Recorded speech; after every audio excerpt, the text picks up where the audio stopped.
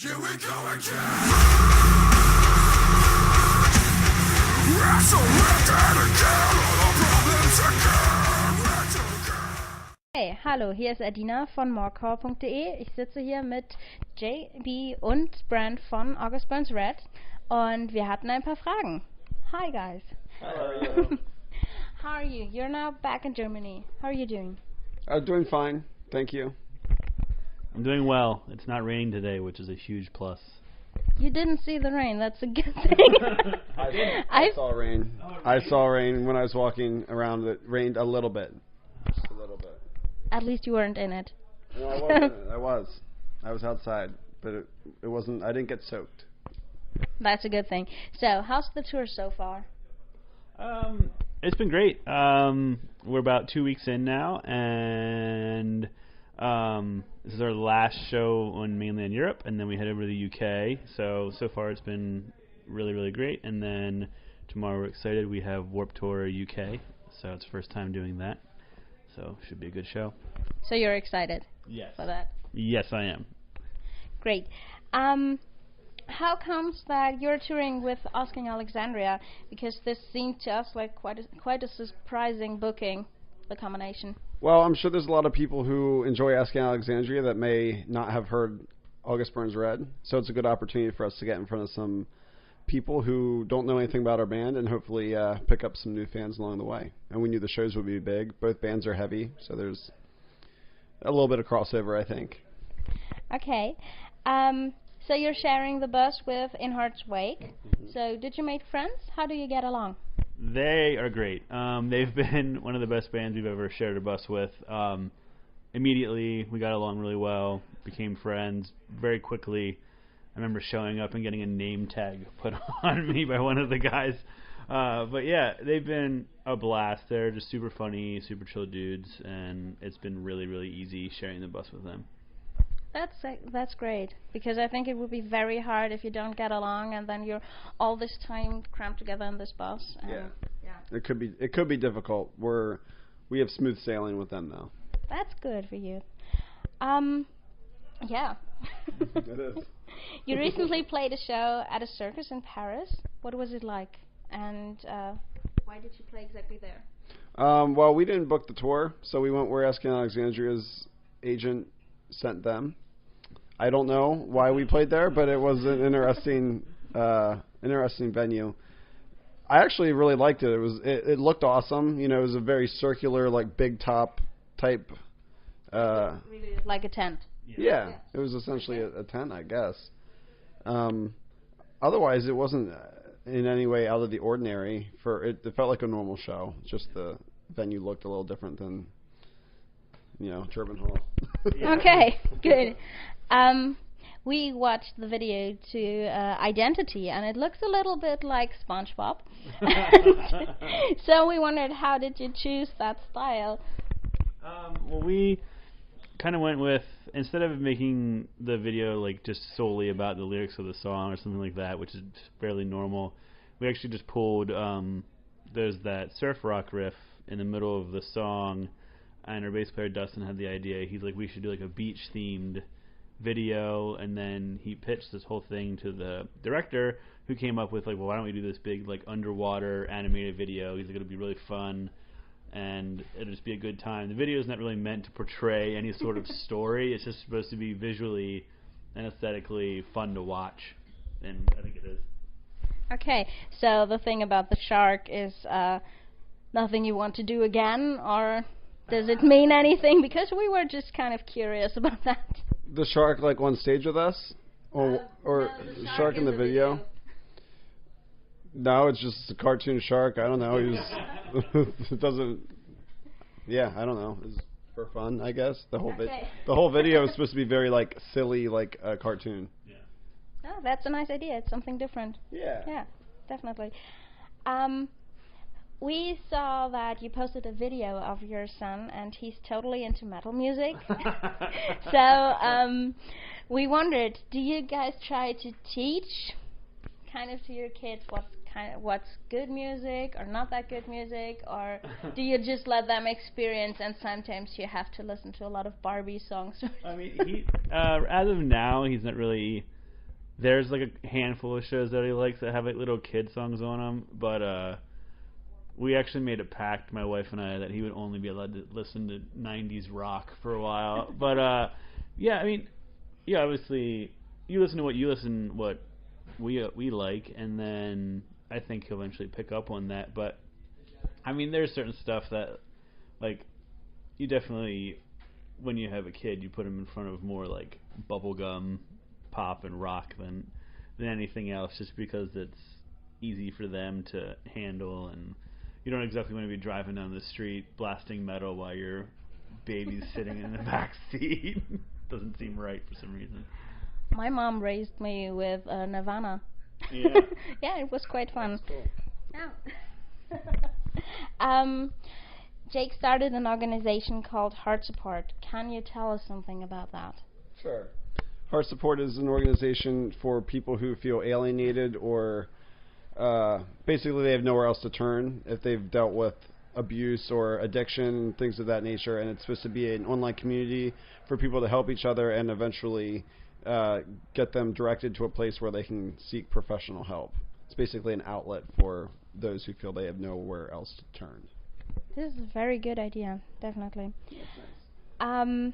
Do you think there's something going wrong in the scene and how the people treat each other at the shows? Or what actually do you get and see from the people around and how they react to each other? Are there any problems? I guess there's there's the occasional scuffle in the mosh pit. I don't know what people are saying to each other down there. I'm not like on the floor interacting with the crowd, and I don't know. That's a good question. That's probably one that you'd be better suited to answer than myself. Is there a problem I don't know about? I don't know.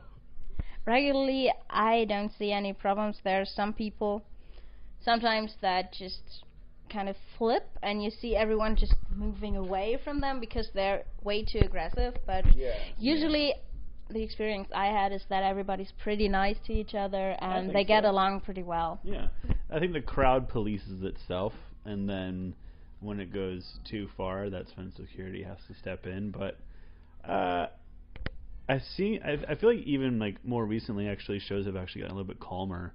I think for us, I think it's just because the people we draw to a crowd now are a little bit older, the older kids, and older people don't have the energy to get in fights.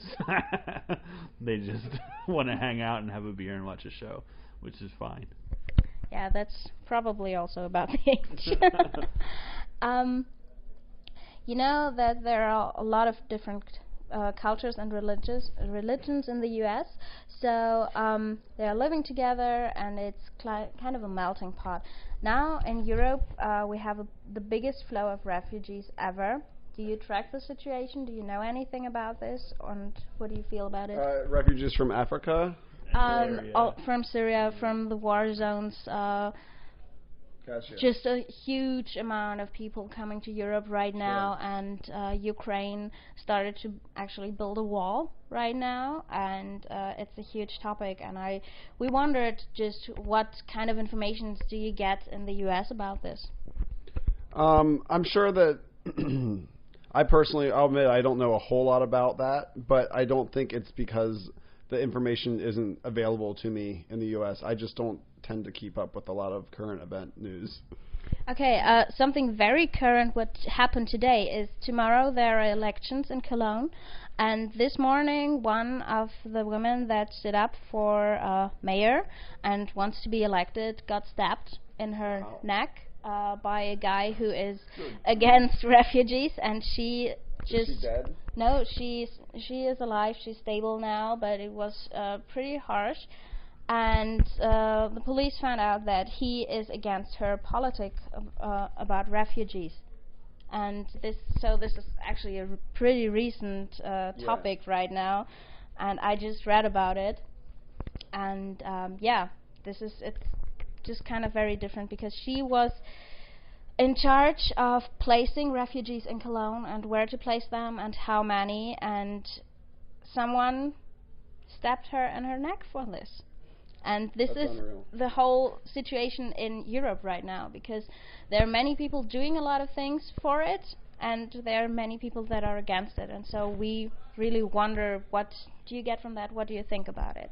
I mean, I've read a little bit about it. I just know that I think Germany's taking in 800,000 to 1 million refugees is what the country's been willing to take in, and I think that obviously right now it probably seems like some people are scared. They think they're going to lose their jobs and blah blah blah, and what are we going to do with all the people? And it's a little different scenario than as far as the United States, how our country is obviously a lot bigger, has a lot more space. I was actually talking to this about a friend who lives in Germany, and she was just saying the reason people are scared is because it's almost 1 million people coming into a country that's not that big in general.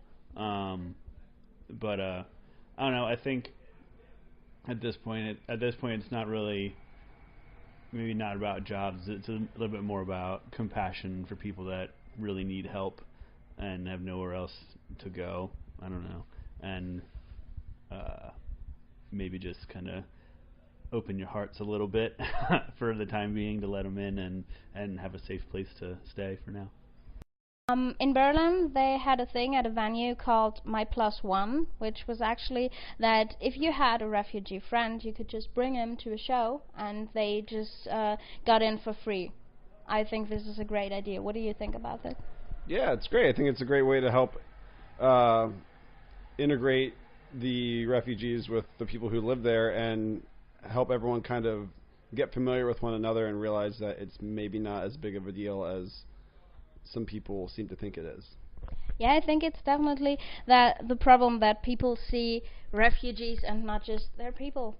And Right. if you take them with you, they're just people around you.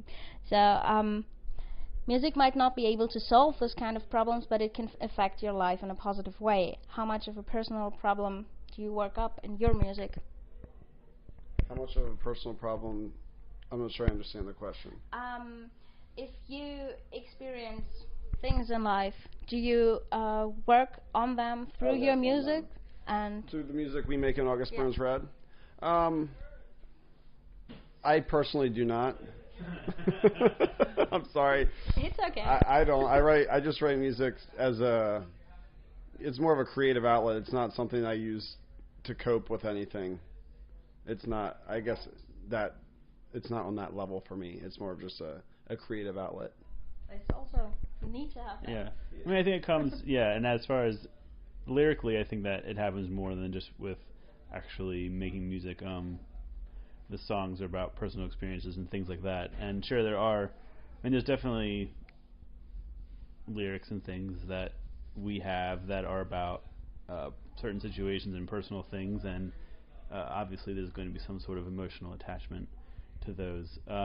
But yeah, I mean, for me personally, my life has been pretty swell, so I can't really say that I have much to work through at this point. But yeah, I mean, you just go out, and when we play every night, it's to go out there and have fun. You wait your whole entire day for that 45 minutes to an hour. So yeah, it's a fun outlet, I guess. So up next for you, there's a tour with Every Time I Die and Stick to Your Guns in the US. Is there any band you would like to tour with that you haven't been out with yet? Ooh, that's hard. So many bands.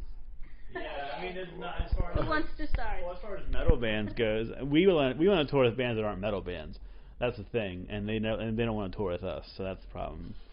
But yeah, I mean, there's so many bands I'd love to tour with. I'd love to tour with Minus the Bear. I'd love to tour with, I don't know, like Circus Survive and bands like that. But it's just the two genres don't exactly mix. But. Yeah, I'd like to tour with Death Heaven. That's a metal band that I would love to do shows with, and Cold of Luna, Swedish post-metal band that I think would be really cool. I don't know how our bands would go over to the audience. I mean, I think we probably pull different types of music lovers, but I would enjoy it. personally. Yeah. Okay, then I have one last question. It's a question from a fan, and we just thought it was kind of funny. What else beside a fee could someone offer you so you would play in their backyard? Oh man. Okay. A vacation in some sort of really cool area. If their backyard happens to be in a part of the world that we'd like to spend some time in, then I would take that. I would accept that potentially. Does Okay. your backyard include a cabana in which we could vacation in for a week? Man, I don't know. That's a hard question. Maybe some rare baseball cards that I want. Comics. You could buy me off. You could buy me off in rare comics. Give me like the first appearance of Superman or something. So people should just offer you things, and then you would read through it, and if there's something you'd like, you would actually do that? If it was significant enough, perhaps. Yeah. Okay. It depends what it is. Then thank you to you a lot for your time. Thank you. And I'm going to enjoy the show. Cool. We hope you do. Yeah, thank you.